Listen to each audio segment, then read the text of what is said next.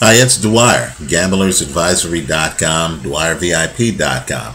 Remember, the opinion you should follow should be your own. Just consider this video to be a second opinion from a complete stranger online. This is just a short editorial. It's not a prediction video. But let me just say, baseball is absolutely ridiculous. Absolutely off its rocker with this witch hunt against players from the 1990s who may have used steroids. It's gotten ridiculous. It's part, it seems to me, of some kind of campaign to portray the sport as something that it's never been. Right? When I was a kid, I used to look at players like Louis Tion, and Tion always had literally a fistful of tobacco in his cheek. Tony Gwynn, who's in the Hall of Fame, openly used tobacco ad nauseum, always had a big wad of tobacco. Understand, tobacco's a drug, right? Our definition of performance enhancing drug seems to ignore what the players are actually doing. If tobacco didn't give these players an edge, then they wouldn't be using it while they pitched and while they hit, right? Let's go further. Amphetamine use, rampant. So rampant in the 1960s that even Hall of Famer Hank Aaron admits to once trying amphetamines given him by a teammate. Obviously, even Hank Aaron was looking for an edge, and Hank Aaron tried once the popular drug at the time. Now, since the league isn't about to, or the Hall of Fame, I think it's a separate organization, isn't about to expel Hank Aaron or Tony Gwynn from the Hall of Fame, how could it now bar any athlete who has admitted to using steroids, right, anabolic steroids, or who is suspected of using steroids, right? Let's get real. Mike Piazza's numbers warrant Hall of Fame induction, especially from the catcher position. You just don't find catchers with his offensive numbers. Even though Mike Piazza has never tested positive for steroid use, he did not get elected into the Hall of Fame, I believe, based on the speculation. That's how bad it's gotten. The speculation that he may have been a juicer. Well, when is this going to end? You have other players who seem to, in the middle of their careers, add a lot of muscle and turn into home run hitters who never tested positive. Aren't we really cutting it close if we start admitting them, but not the Mike Piazzas of the world? Also, how does the Hall explain the fact that it continues to have guys who have admitted to using amphetamines and guys who openly use tobacco in the Hall? Take the Jeff Bagwell story. I think it's interesting. Bagwell's not yet in the Hall of Fame. He has great numbers. Bagwell has admitted to using andro, right? There's some uncertainty as to whether andro, which increases testosterone in the body, should be considered an anabolic steroid, right? Isn't what we're doing now really splitting hairs? Isn't it not about whether or not the athlete's performance was artificially enhanced by his drug of choice, amphetamines, tobacco? Isn't the issue now not whether or not the performance was artificially enhanced, but just the quality of the drug that the individual took? Right? We now know that Sandy Koufax apparently took cortical steroids for his bad shoulder, right? And we know that, of course, it's been legal for doctors to prescribe steroids for some injuries. Do you really believe that the journalists who are voting on who makes the Hall of Fame have enough medical training and knowledge to distinguish between the different types of steroids? Also, don't we have really a process problem? Right? I'm in my late 40s. Don't we have an issue with the fact that a lot of the guys voting for the Hall of Fame are young guys in their 40s, guys in their 30s, who don't really have an appreciation for just how out of control the sport used to be in terms of runaway amphetamine use and the stuff chronicled in Jim Bouton's book, Ball 4. You know, really, baseball, when you look back on it, had so much amphetamine use that it's really close to what cycling used to be, right? Where you had cultures of guys, you know, taking things that they thought helped their performance. Let's go one step further.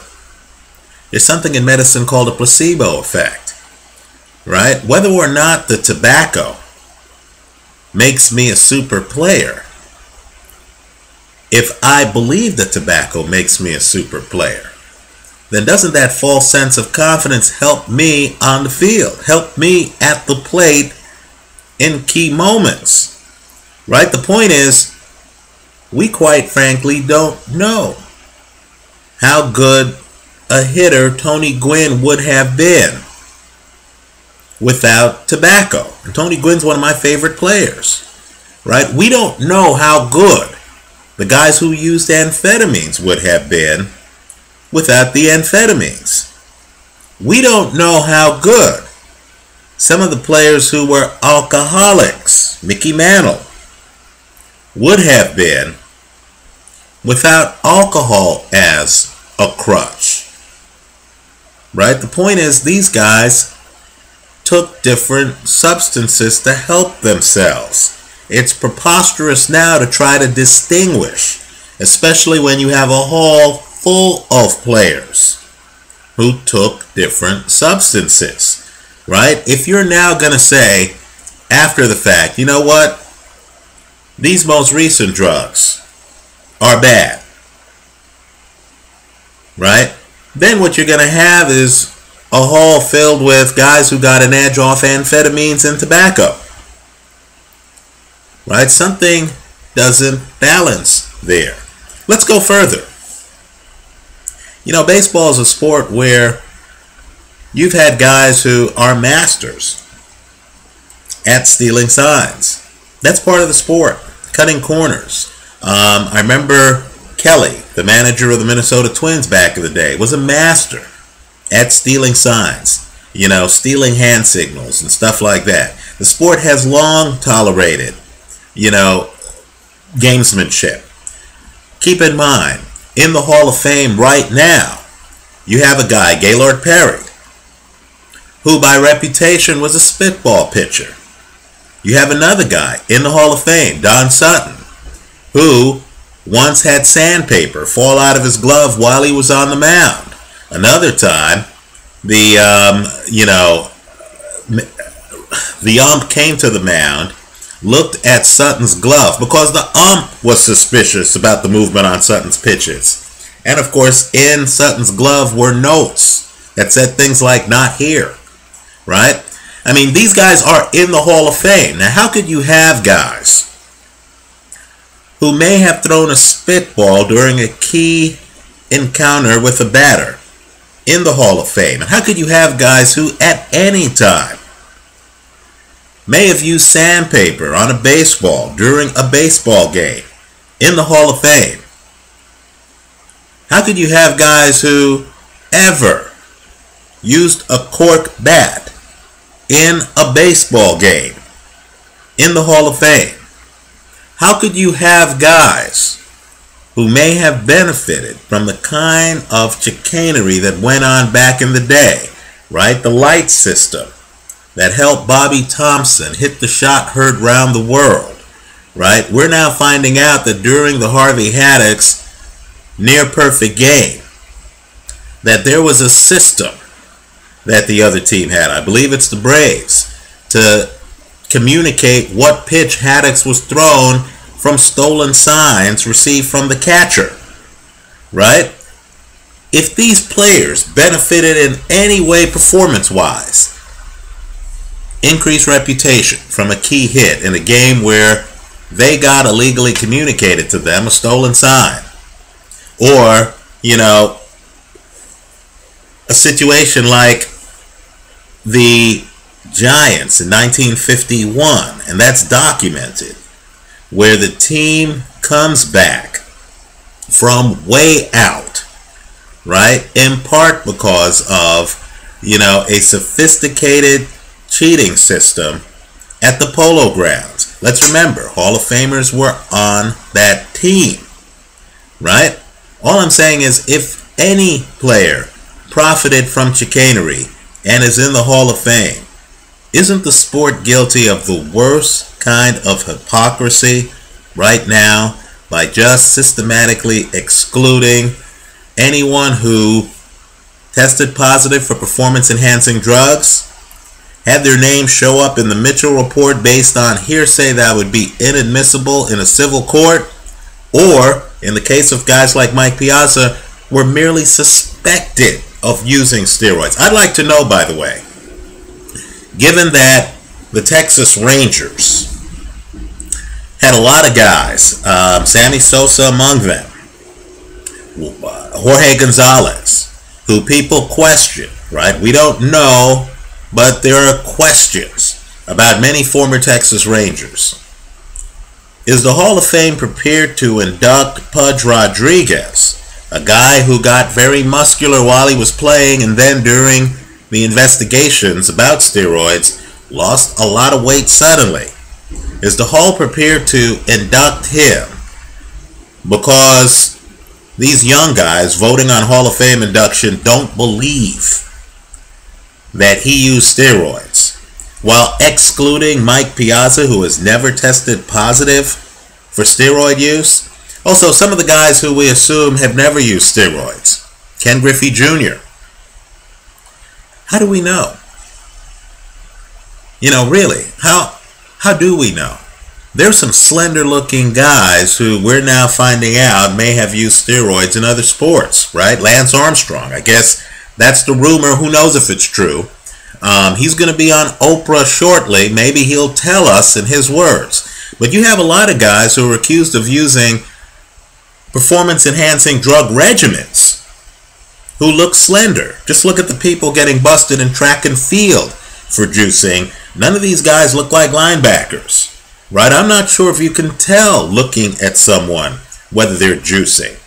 And so are voters now, without medical degrees, without the ability to read anyone's medical chart, going to vote based on non-medical conclusions, really speculation, that Ken Griffey Jr. and others, Frank Thomas and a few other guys, never used steroids? Let me also ask you too, how much can you trust the players, right? The players in the 1990s weren't exactly advertising the fact that they were using steroids. Why should we trust any player now who says, hey, I never used steroids? Or, as is becoming the pattern, I didn't know what I was taking. The cream, the clear, what was that? I thought this was balm. I thought this was ointment. I thought this was some pain reliever, right? You've even had guys playing the supplement card. I took supplements. I'm not a pharmacist. I didn't know what was in the supplements. Supplements may have been tainted.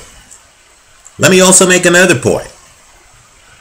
Are we going to ban a guy for life? De facto, not de jure. In other words, voters just don't vote for the guy. There's no Pete Rose rule passed where he's banned, but voters don't vote for him and he's effectively banned from the Hall of Fame. Are we going to ban anyone from the Hall of Fame based on, let's say, a single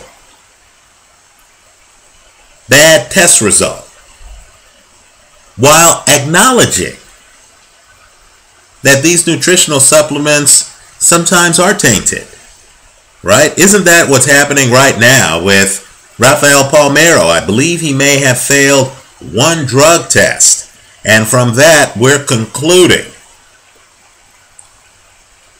that all of his numbers need to be devalued. Well, how's that different than Hank Aaron admitting that he once took amphetamines? Right? I mean, how do we know, even off a positive test result, whether or not that's a one-time event or whether the guy was juicing forever? Right? I've even heard people say that they can figure out when a guy started juicing. So there's an argument going around where people say, you know what? Barry Bonds, Roger Clemens, they were Hall of Famers before they started juicing. When are we going to realize that we don't have that information? Right? When are we going to realize that, you know, you really can't tell, absent a full confession from the athlete, exactly when he started juicing? We just don't know. What we do know is that the sport has long had guys who used alcohol as a crutch, used tobacco as a crutch, used amphetamines as a crutch, and up until now, that's never been an issue in Hall of Fame voting, right? Not only that, the sport's had problems with other drugs. Children of the 1980s like myself remember what happened when there were allegations of cocaine use, and players like Darryl Strawberry, Keith Hernandez, excellent players at the time, somehow got caught up in some web of cocaine allegations, right? Let me also point out too that the league has a problem, doesn't it?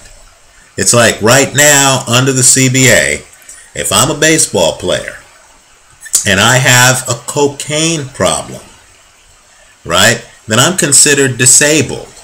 I can actually get a leave of absence, right? I can actually enter the league's drug program, right? Well, let me ask you, is there anyone watching this video who doesn't believe that cocaine might not be a performance enhancer for some of these athletes, right? Are we now going to have drug programs that athletes can't use? Because if you're the superstar athlete toward the end of his career, let's say Ken Griffey Jr., and this didn't happen, I'm just using it as hypothetical, but let's say Ken Griffey Jr. has had a Hall of Fame career. At the end of his career, we see this with boxers all the time. At the end of his career, he develops a bit of a cocaine problem, right? Are we going to set it up where a Ken Griffey Jr. doesn't seek help? Because if he does, young guys sitting in a room years later determining whether or not he's a Hall of Famer are going to devalue all of his statistics. It's a big problem. I think that the league needs to come to grips with the fact that it's not that much different, has not been that much different than bike racing, right? That guys have long gone on the field with Skoal and other substances in their, snuff, tobacco, amphetamines on them in their system. Lord knows we've seen, baseball players with that brown, box in their back pocket indicating that they have snuff and stuff like that. We've seen guys spitting and stuff like that on the field. That's the way the sport used to be. No one ever made an issue of it. We understood that guys were trying to get calm using tobacco so they could make the big play. We all looked the other way. Let's not now pretend we're surprised in any way, shape, or form that guys would take substances to help them in certain situations or to help their weightlifting. Let's stop kidding ourselves. The sport's been dirty forever. That's the way the sport has always been, right? Guys are getting an edge off technology. if we're not gonna dock a guy for getting LASIK surgery that results in him hitting better than he would without the surgery, right? If we aren't going to dock a guy for getting surgery to help his performance, then let's stop kidding ourselves and let's stop docking guys for using modern day performance enhancing drugs. I mean, it's sad that Jeff Bagwell has to come out and say, I used Andro. Does anyone voting for the Hall of Fame really know the difference between Andro and Stanozol or some of these Winstrol, some of these more sophisticated drugs?